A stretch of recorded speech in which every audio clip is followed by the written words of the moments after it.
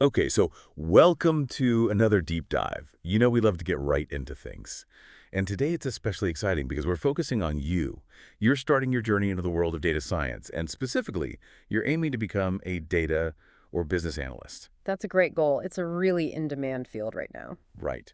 So to help kick things off, you shared a beginner's guide to Python.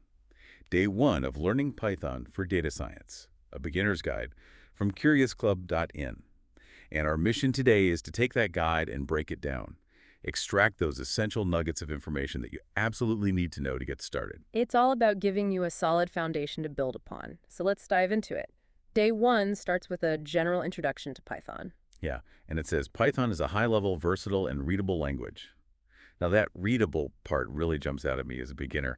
Is it really that much easier to understand than other programming languages? Yeah, it's one of the biggest reasons people are drawn to Python, especially if they are new to coding. It's designed to be clear and intuitive with a syntax that actually looks a lot like plain English. You can often just look at Python code and pretty much get what's going on. That's reassuring. I don't want to get bogged down with deciphering complex symbols right from the start. Exactly. Python is all about making things easier. And it's not just about being readable, it's also incredibly versatile. The guide mentions how it's used in so many different Yeah, areas. like web development, AI, even automation. It's amazing to see how widely it's used. Right. That's a testament to its power and flexibility. And this isn't some new fad either. The guide points out that Python was created by Guido van Rossum way back in the late 1980s. That's a pretty long history in the tech world. What does that tell us about Python? Well, it means Python has stood the test of time. It's not just some flash in the pan. It's a mature and well-established language with a huge community of developers supporting it. And that means you have a ton of resources at your fingertips, like documentation, tutorials, forums where you can get help, which is invaluable for someone just starting out. Like having a huge support system behind you. Exactly. And the guide goes on to mention some key reasons for Python's enduring popularity, like vast libraries, dynamic typing, and cross-platform compatibility. These might sound a bit technical, but they're pretty important concepts to grasp. Yeah, and especially that vast libraries part. Mhm. As someone who's interested in data analysis, what does that mean for me? So think of libraries as these pre-built toolboxes packed with specialized functions and code that extend Python's capabilities. For your data analysis work, libraries like NumPy and Pandas are going to be your best friends. NumPy and Pandas, got it. Why are they so important? Well, NumPy lets you work with numerical data in a really efficient way. It gives you tools for doing calculations, creating arrays, and all sorts of mathematical operations. And then Pandas comes in and provides ways to organize your data into these neat tables called data frames, which makes cleaning, transforming, and analyzing data a whole lot easier. So they basically provide specialized tools for handling the kind of data I'll be working with. Exactly. They save you a ton of time and effort because you don't have to write all that code yourself. And then there's the whole dynamic typing thing, which basically means that you don't have to explicitly tell Python what type of data a variable will hold, like if it's a number or text. It figures it out on its own. Oh, that sounds pretty convenient. It definitely simplifies things, especially when you're just starting out. And then there's cross-platform compatibility, which is huge. Yeah, I've heard that term before. Why is it so important? Well, it means that the code you write on one operating system, like Windows, will generally run without any major issues on other systems like macOS or Linux. Ah, so I'm not restricted to using a specific type of computer. Exactly. It gives you a lot of flexibility. So after that intro to Python, the guide highlights some of its key features. And it starts with, you guessed it, ease of use and readability. We kind of already touched on that. But why is it such a big deal for beginners? Because it removes a lot of the barriers that can make learning to code so frustrating. That clear, almost English-like syntax makes it easier to get started and focus on actually solving problems with your own. You're not wrestling with the language itself. I can definitely see how that would be a huge plus. It's encouraging. Okay, so another key feature is that Python is an interpreted language, which the guide says is helpful for quick testing and debugging. Now, how does that work in practice? So imagine you're writing a program. With a compiled language, you'd have to write the entire thing and then compile it all at once before you can run it. If there's a mistake somewhere, you have to go back and fix it in the code, then recompile the whole thing. It can be a slow process. But with an interpreted language like Python, the code is executed line by line as you write it.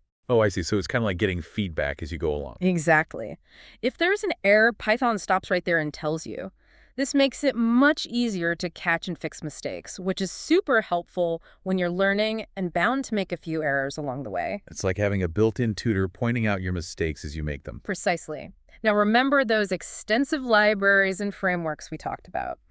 The guide dives into a bit more detail here. It specifically mentions NumPy and Pandas for data analysis again, but it also throws in TensorFlow for machine learning and Flask and Django for web development. Yeah, and those last two really highlight how versatile Python is.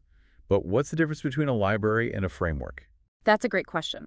Think of a library as a collection of tools, like a toolbox. Each tool does a specific job. So NumPy and Pandas are like specialized tools for working with numbers and data.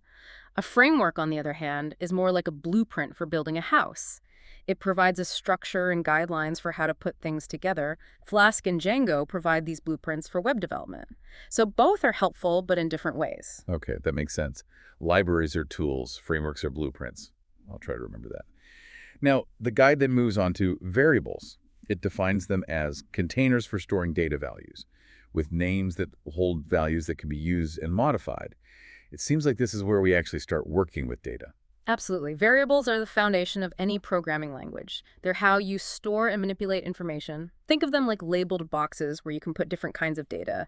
Numbers, text, lists of items, and the name you give the variable is like the label on the box. It's how you find and access that data later. So it's like organizing information in a way that the computer can understand and work with. Exactly.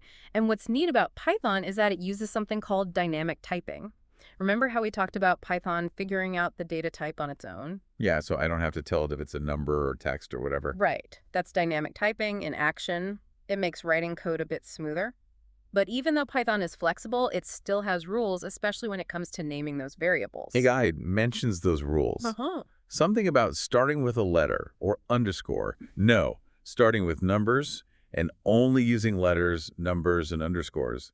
And it emphasizes that Python is case-sensitive. Right. So my variable is different from my variable. These rules might seem a bit picky, but they're there for a reason. Why are they so important? They seem pretty straightforward. Well, they help Python understand what you're trying to do. Imagine trying to read a sentence with no punctuation or capitalization. It would be really confusing. I see your point. It's all about making the code clear and unambiguous, both for Python and for any humans reading it. Precisely. And the guide gives a few simple examples of how to assign values to variables, like x, it's 10, name equals Python, pi equals 3.14. Ah, so that's how you do it. It's pretty intuitive, actually. Right. It's just like saying this variable called x now holds the value 10, and then it shows how you can create multiple variables at once. Yeah, that simultaneous variable creation thing, like a, b equals 5, 10. It seems like a handy shortcut. It is, especially when you're dealing with a bunch of related data. And then it shows you this really neat trick for swapping variable values. AB equals BA. That's the one where you don't need a temporary variable to make the swap. Right, you got it. It's one of those things that make you appreciate how elegant Python can be. And then we get to comments. These are actually pretty important, even though they don't affect how the code runs. Right, they're like notes for humans. The guide explains that the computer ignores them completely, but they make the code so much easier to understand, especially when it gets complex. Absolutely. As you start writing more sophisticated programs, or if you're working with others, comments become essential. They help you explain what your code is doing both to yourself in the future and to anyone else who might need to read it.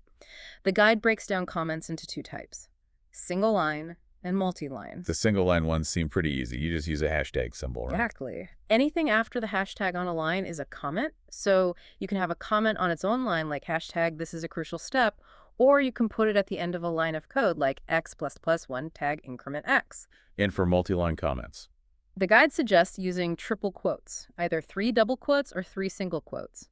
And it points out that while these are technically multi-line strings, if you don't assign them to a variable, they basically function as multi-line comments. That's interesting. So it's like repurposing a feature of the language for a different use. It's clever. And it gives an example of how to use them to provide a more detailed explanation of a block of code. Right. It's a common and effective way to write longer comments in Python, and it's much cleaner than having a bunch of hashtags all over the place. Now, after covering all that, the guide has a practice section with a whole bunch of questions. Yeah, those are super important. It's one thing to read about concepts, but it's another to actually apply them. These questions help you test your understanding and see if you've really grasped what you've learned. And they cover a wide range of topics, too.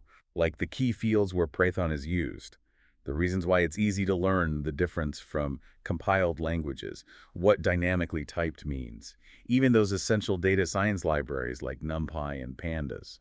And the questions about naming variables and the purpose of comments really reinforce the importance of writing clean and understandable code. It's like they're really drilling in those practical skills. Yeah. Plus, there are even questions about writing simple programs and using that variable swapping trick. It's definitely hands-on learning. And the guide mentions that answers are available so you can check your work. Which is a great way to get that immediate feedback and make sure you're on the right track. So to wrap things up, the guide mentions that Chapter 2 is coming up and that it will cover Python's data types and operations. Exactly. This Day 1 guide is just the beginning of your Python journey. It's about laying a solid foundation with the basics of the language. Understanding these core concepts will make it much easier to move on to those more advanced topics, like data types and operations, which are essential for data analysis work. So to recap our deep dive into Day 1 of learning Python for data science, we've really explored why Python is a fantastic choice for you, our listener, who is starting out on the path to becoming a data or business analyst. We talked about how its readability and that huge ecosystem of libraries make it really approachable and powerful for data-focused tasks. We've unpacked the essentials of variables, how to name them, and why those naming rules are so important. And we emphasized how crucial it is to use comments to make your code clear and understandable. We also touched on how Python's interpreted nature can actually make the learning process a bit faster. And don't forget about cross-platform compatibility. Yes, that gives you the freedom to work on pretty much any system you like. So now that you've got a taste of these foundational concepts in Python, especially those all-important variables, what kind of data analysis problems are you starting to envision tackling? What kind of data are you curious to explore? How do you think these building blocks we've covered today will help you on your journey? It's pretty amazing to think about all the possibilities that open up, even with just this basic understanding. So keep experimenting, keep learning, and get ready for Day 2.